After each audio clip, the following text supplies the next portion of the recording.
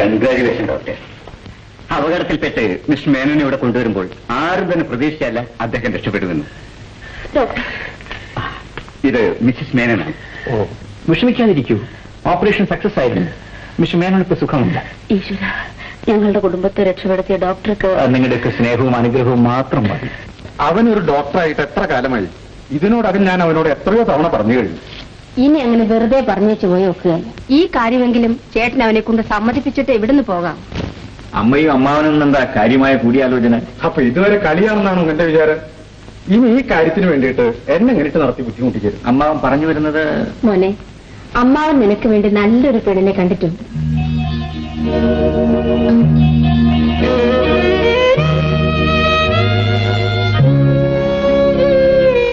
എനിക്കിപ്പോ വിവാഹം വേണ്ട അമ്മാവ. വിവാഹകാര്യത്തിൽ എനിക്ക് എതിർപ്പുണ്ടായിട്ടല്ല.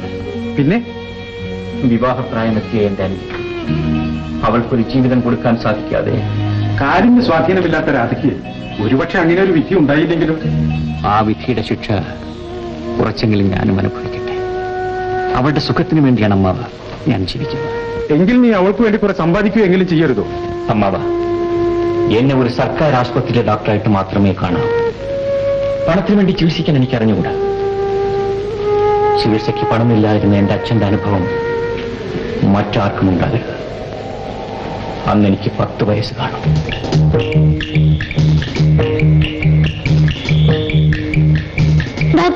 ഡോക്ടർ, എന്റെ അച്ഛൻ അസുഖം വളരെ കൂടുതലാണ്. എന്റെ വീട്ടിലേക്ക് വേഗം ഒന്ന് വരണം. ഡോക്ടർ അദ്ദേഹം വർഗീസ് മുതലാളിയുടെ വീട്ടിലേക്ക് പോവാണ്. നീ പോയി വേറെ ആരെങ്കിലും വിളിക്കേ. എനിക്ക് മറ്റാരെയും അറിയത്തില്ല ഡോക്ടർ. എന്റെ പൈസയും ഇല്ല. എന്നാൽ വേഗം ധർമാശുപത്രിയിലേക്ക് കൊണ്ടുവരും. കാർ കൊടുക്കുന്നുണ്ട്. വരൂ ഡോക്ടർ, ഒന്ന് വേഗം വരും ഡോക്ടർ. ഡോക്ടർ, എന്റെ അച്ഛൻ അസുഖം വളരെ കൂടുതലാണ്. പോടവിടെ. ഡോക്ടർ,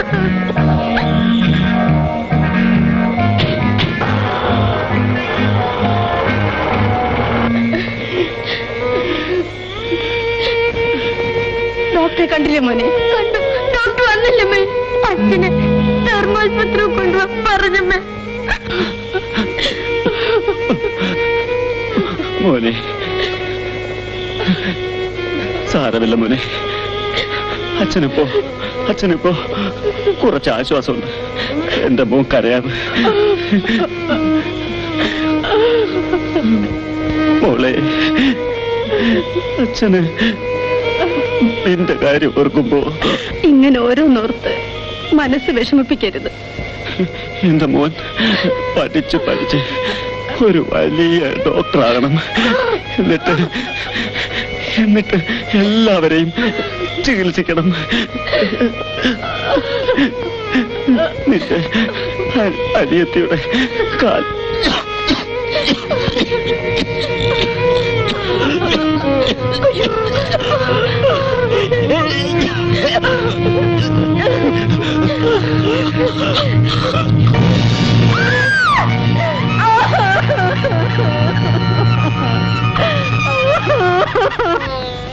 അങ്ങനെ എന്റെ അച്ഛൻ മരിച്ചു. എന്റെ അച്ഛന് 2 ആഗ്രഹങ്ങളായിരുന്നു. ഞാൻ പഠിച്ച ഒരു വലിയ ഡോക്ടറാകണം, എന്നിട്ട് എന്റെ അനുജത്തിയുടെ കാല് ഭേദമാക്കണം. രണ്ടാമത്തെ എന്നെ കൊണ്ട് സാധിച്ചില്ല. നീ വിഷമിക്കാതിരിക്കും. ഇതൊക്കെ ഒരു വിധിയാണെന്ന് വിചാരിച്ചാൽ സമയമാകുമ്പോൾ എല്ലാം ശരിയാകും. ഞാൻ അടുത്ത ആഴ്ച അങ്ങോട്ട് വരാം.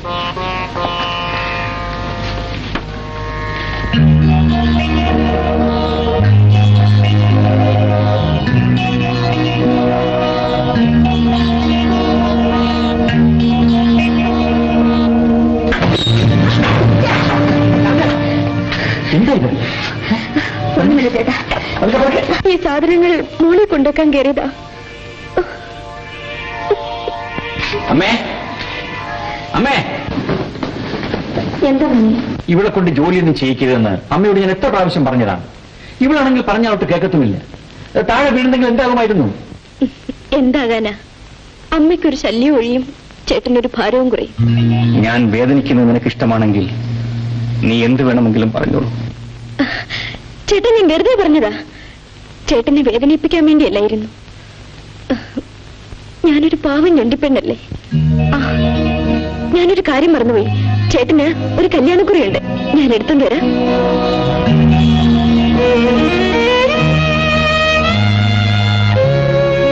ഞാൻ എത്രയോ രോഗികളെ ചികിത്സിച്ചിട്ടുണ്ട്.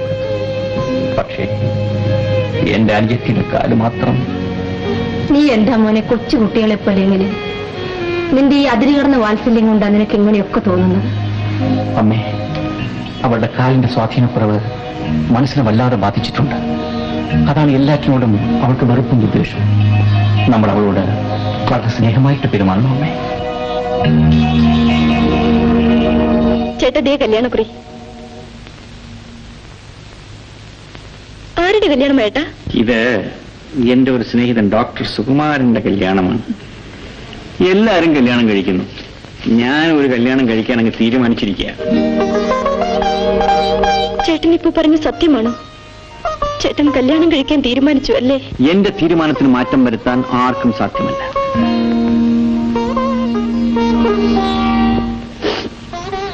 നിൽക്കൂ, നീ എന്തിനാ കരയുന്നത്? ചേട്ടൻ എവിടുന്നെങ്കിലും ഒരു പെണ്ണിനെ കല്യാണം കഴിച്ചോണ്ട് വരും. പിന്നെ ചേട്ടൻ എന്നോടുള്ള സ്നേഹം മുഴുവനും അവരോടായിരിക്കും. ഞാനൊരു ഞൊണ്ടി ആയതുകൊണ്ട് അവരും എന്നെ ഇഷ്ടപ്പെടത്തില്ല. എല്ലാവർക്കും എന്നോടായിരിക്കും വെറുപ്പ്. എല്ലാവരും എന്നെ ഉപേക്ഷിക്കുകയും ചെയ്യും. ഞാൻ ഒറ്റയ്ക്കായി പോവും ചേട്ടാ. ചേട്ടൻ വെറുതെ നിന്നെ ശുണ്ഠി പിടിപ്പിക്കാൻ പറഞ്ഞതല്ലേ? നിന്റെ കല്യാണം കഴിയാതെ ഒരു പെണ്ണിനെ ഈ പഠിക്കകത്ത് ഞാൻ കയറ്റൂല. നമ്മുടെ വീട്ടുമുറ്റത്ത് വലിയൊരു മുല്ലപ്പന്ത്, ഉയർന്നു പൊങ്ങുന്ന നാദസ്വരമേളം, നിറപറയും നിലവിളക്കും വെച്ചിരിക്കുന്ന വിവാഹ മണ്ഡപത്തിൽ സർവാഭരണ വിഭൂഷിതയായി എന്റെ അനുജത്തി മുഖം കുനിച്ച് നാണിച്ച് വരന്റെ അടുത്ത് വന്നിരിക്കും. കല്യാണം കഴിഞ്ഞ് ഗംഭീരമായ ഒരു സദ്യ. അതിനുശേഷം നിരവധി കാറുകളുടെ അകമ്പടിയോടുകൂടി വധു ഭർത്തൃഗൃഹത്തിലേക്ക് പോകും. ഏതാനും മാസം കഴിഞ്ഞ് തിരിച്ചു വരും ഒരു ഓമന കുഞ്ഞിനെയും കൊണ്ട്. അപ്പൊ ഈ അമ്മാവൻ അവനെ വാരിയെടുത്ത് വാവാവോ വാവാവോ.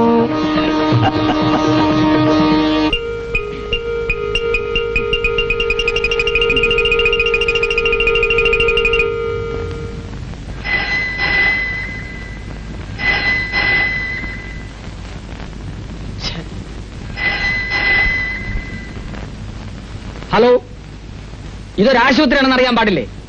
ഡോക്ടർ ചിലപ്പോ വളരെ സീരിയസ് ആയിട്ടുള്ള രോഗികൾ അറ്റൻഡ് ചെയ്തുകൊണ്ടിരിക്കുകയായിരിക്കും.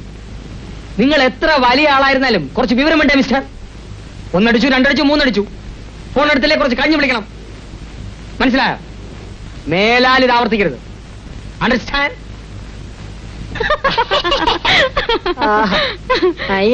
അല്ല, നിങ്ങൾ എല്ലാവരും മണ്ടനോമാന്ന് വിളിക്കുന്നത്. നിങ്ങൾ നന്നാവും പോകുന്നില്ല. എന്റെ പൊന്നു സുഭാഷിണി, നീ നിന്റെ പേരിന്റെ അർത്ഥം മനസ്സിലാക്കിയെങ്കിലും ഒരു 4 നല്ല വർത്തമാനം പറ. അത് കേട്ടിട്ടെങ്കിലും ഒന്ന് കണ്ണടച്ചാ മതിയായിരുന്നു. അത് ഈ ജന്മത്തിൽ നടക്കാൻ പോകുന്നില്ല. അപ്പൊ നിനക്കെന്നോട് സ്നേഹമില്ലല്ലേ സുഭാഷിണി? ഫോണിൽ നിന്ന് കൈയ്യെടു. എനിക്കറിയാം നീ എന്നെ പരീക്ഷിക്കുകയാണ്.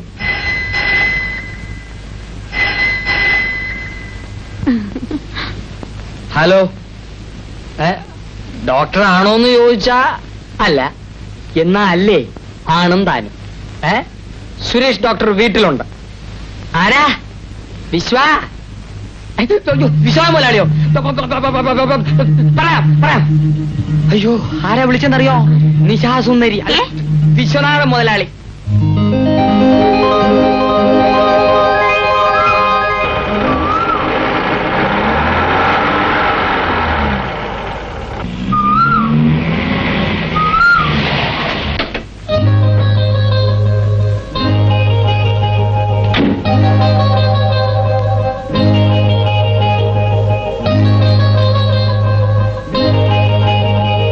മുതലാളി, ഡോക്ടർ വന്നു.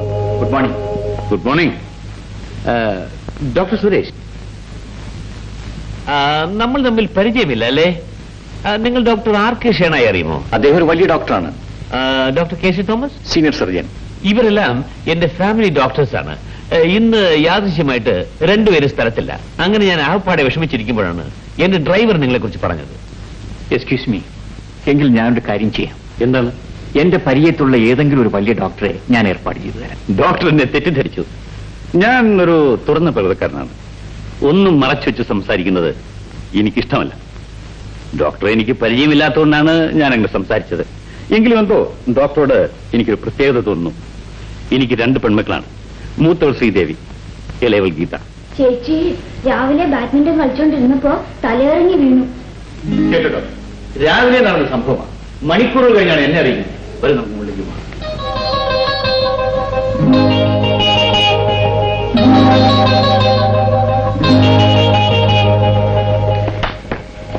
ഡോക്ടർ, ഇതാണ് ഡോക്ടർ, എന്റെ മകൾ.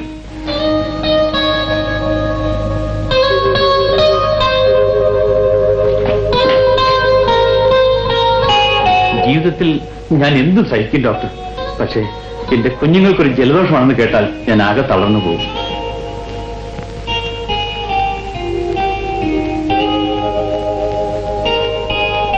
ഒന്നും ഭയപ്പെടാനില്ല. മകൾക്ക് അല്പം ക്ഷീണം മാത്രമേ ഉള്ളൂ. ഞാൻ ഒരു ഇഞ്ചക്ഷൻ കൊടുക്കാം. ഇഞ്ചക്ഷൻ വേണ്ട ഡോക്ടർ, അവൾക്ക് വേദന എടുക്കും. ഇപ്പൊ മറ്റെന്തെങ്കിലും മരുന്ന് കൊടുത്താൽ. അച്ഛാ,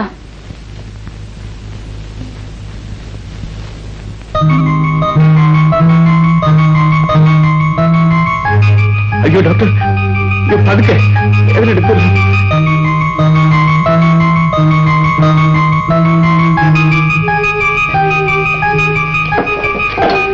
ഞാനൊരു മരുന്ന് എഴുതിത്തരാം, അത് വാങ്ങിക്കൊടുത്തേച്ചാൽ മതി. ഡോക്ടർ, എന്റെ മകളുടെ അസുഖം ഒരു നിമിഷം കൊണ്ട് മാറ്റാൻ കഴിവുള്ള എന്തെങ്കിലും മരുന്നുണ്ടോ? 1,00,000 രൂപയിലും ഞാൻ മേടിക്കാം. അതിന്റെ ഒന്നും ആവശ്യമില്ല. ഇതാ, ഇനി ചേച്ചി സുഖമായിട്ട് ഉറങ്ങിക്കൊള്ളും.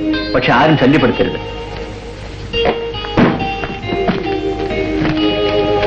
അപ്പൊ ഞാൻ വരട്ടെ. ശരി ഡോക്ടർ, അവൾ ഉണരുമ്പോൾ ആഹാരം എന്ത് കൊടുക്കാം? ബോൺവിറ്റായോ ഹോർലിക്സോ? പൊടിയരി ഉണ്ടെങ്കിൽ അല്പം കഞ്ഞി വെച്ച് കൊടുത്താൽ മതി.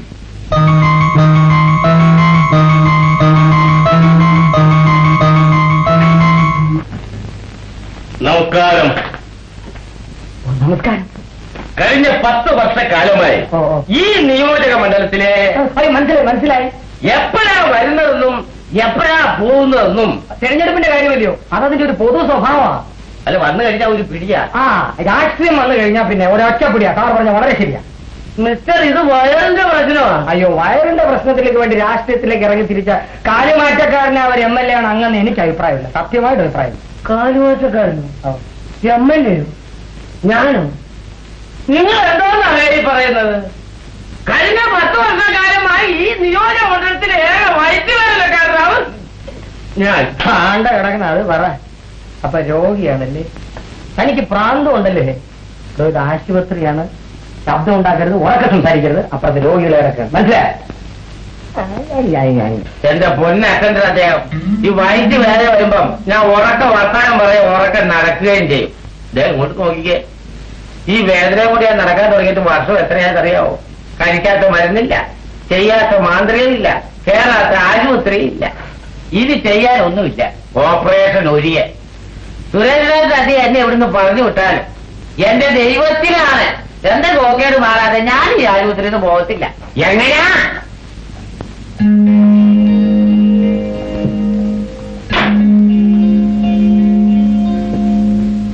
ഡോക്ടർ, 35 നമ്പർ ബെഡിലെ രോഗിയുടെ കേസ് ഷീറ്റ്. ഈ രോഗി ഡോക്ടറെ കാണാൻ പോകും. പോകുമ്പോ എന്നെ ഒന്ന് കണ്ടിട്ട് കാണാം. അടുത്ത് വരും. ഛർദിൽ ഓർക്കാൻ പറ്റുണ്ടോ? ഉണ്ടോന്നോ? 7 പ്രാവശ്യമാണ്. 7 പ്രാവശ്യം. ഇവരുമല്ല, എന്നെയാണ് തിരുവനായി കൊണ്ടുപോയ ഛർദിപ്പിച്ചത്. എങ്ങനാ? ഈ സുഖക്കേട് പിടിപെട്ട് വർദ്ധക്കാലമായതുകൊണ്ട് ഭേദമാകാൻ അല്പം താമസിക്കും. തൽക്കാലം ഞാൻ ഒരു മരുന്ന് എഴുതിയിട്ട് അത് കഴിക്കുക. പിന്നെ ചിലപ്പോ ഒരു ഓപ്പറേഷൻ വേണ്ടി വരും. അതുവരെ കൃത്യമായി വീട്ടിൽ നിന്ന് ഈ മരുന്ന് കഴിക്കണം. അയ്യോ, അങ്ങനെ പറഞ്ഞാൽ പറ്റത്തില്ല. ഞാൻ പോകാനായിട്ട് വന്നതല്ല. ഡോക്ടർ എന്നെ ഇവിടെ കിടത്തി ചികിത്സിക്കണം. അങ്ങനെ അറിയാൻ പാടില്ല. ഇതാ അവൻ വന്നാലുണ്ടല്ലോ, മറ്റവൻ വയറ്റ് വേദന എന്നെ കൊണ്ടേ അങ്ങ് പോകത്തുള്ളൂ. അതുപോലെ തന്നെ ഓപ്പറേഷൻ അത് ഞാൻ മരിച്ചാലും സമ്മതിക്കത്തില്ല. രാഘവനെ ഇവിടെ കിടത്തി ചികിത്സിക്കേണ്ടതാണെന്ന് എനിക്കറിയാം. പക്ഷെ തൽക്കാലം ഇവിടെ ബെഡൊന്നും ഒഴിവില്ല. ഒഴിവരുമ്പോ ഞാൻ അറിയിക്കാം. ഇപ്പൊ ഈ മരുന്നുകൊണ്ട് കഴിക്കും. ബെഡ് ഒഴിവരുമ്പോ ഞാൻ അറിയിക്കും. ശരി, പോയിക്കോളൂ. ഈശ്വരാധീനം നമുക്കുണ്ട് അച്ഛാ. അതല്ല മോളെ, ആദ്യം ഞാനും വല്ലാതെ സംഭ്രമിച്ചു പോയി. ഡോക്ടർ സുരേഷിനെ കുറിച്ച് എനിക്ക് അത്ര വലിയ വിശ്വാസമൊന്നുമില്ലായിരുന്നു. പിന്നെ ഞാൻ നമ്മുടെ ഡോക്ടർ RK സേനായി ഫോണിൽ കോൺടാക്ട് ചെയ്തു.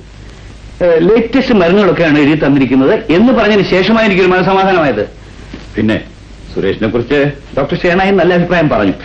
അതുകൊണ്ടാ പിന്നെ അദ്ദേഹത്തിനെ വീണ്ടും വിളിപ്പിക്കാൻ ഞാൻ ഏർപ്പാട് ചെയ്തത്. അച്ഛൻ ഈ നിസ്സാര കാര്യത്തിന് ഇത്രയൊക്കെ ബഹളം ഉണ്ടാക്കി കളഞ്ഞല്ലോ. അതേ ഒരു MBBS ഡോക്ടറല്ലേ? Good morning. മോർണിംഗ്. ഞങ്ങൾ ഡോക്ടർ സംസാരിച്ചുകൊണ്ടിരിക്കുകയായിരുന്നു. ശ്രീദേവിക്ക് ഇപ്പൊ എങ്ങനെയിരിക്കുന്നു? ചേച്ചിക്കിപ്പോ കുറവുണ്ട്. അത് അനിയത്തിക്ക് എങ്ങനെ മനസ്സിലായി? ചേച്ചി ഒരു പ്രത്യേക ടൈപ്പാ. ആരോടും അധികം സംസാരിക്കാറില്ല. ആംഗ്യം കാണിച്ച് സംസാരം കുറയ്ക്കാമെന്ന് പരമാവധി കുറയ്ക്കുകയും ചെയ്യും. ഇപ്പോഴാണോ സംഭവിച്ചത്? അങ്ങനെയാണോ? അതെനിക്കറിയാൻ പാടില്ലായിരുന്നല്ലോ. ഇനിയുണ്ട് ഡോക്ടർ, കേൾക്കണോ? ചേച്ചി രാവിലെ എഴുന്നേൽക്കുമ്പോ തന്നെ തീരുമാനിക്കും ഇന്ന് എത്ര വാക്ക് സംസാരിക്കണമെന്ന്. അതിൽ കുറയുന്നതല്ലാതെ ഒരക്ഷരം പോലും കൂടത്തില്ല. അതേതായാലും നല്ല സ്വഭാവമാണ്.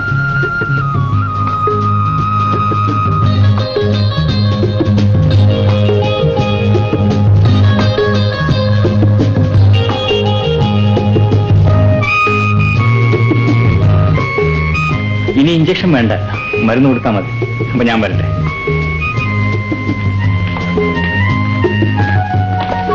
ഡോക്ടർ സുരേഷ്, എക്സ്ക്യൂസ് മീ, ഇതെന്റെ സന്തോഷമാണ്. No thanks. എന്തെങ്കിലും വിശേഷമുണ്ടെങ്കിൽ അറിയിക്കണം. ചേച്ചി, പണം കൊടുത്ത് ആരെയും വിലയ്ക്ക് വാങ്ങാമെന്നായിരുന്നല്ലോ അച്ഛന്റെ തത്വശാസ്ത്രം. അതേതായാലും പൊളി. അച്ഛൻ കൊടുത്ത പണം ഡോക്ടർ വാങ്ങിയില്ല.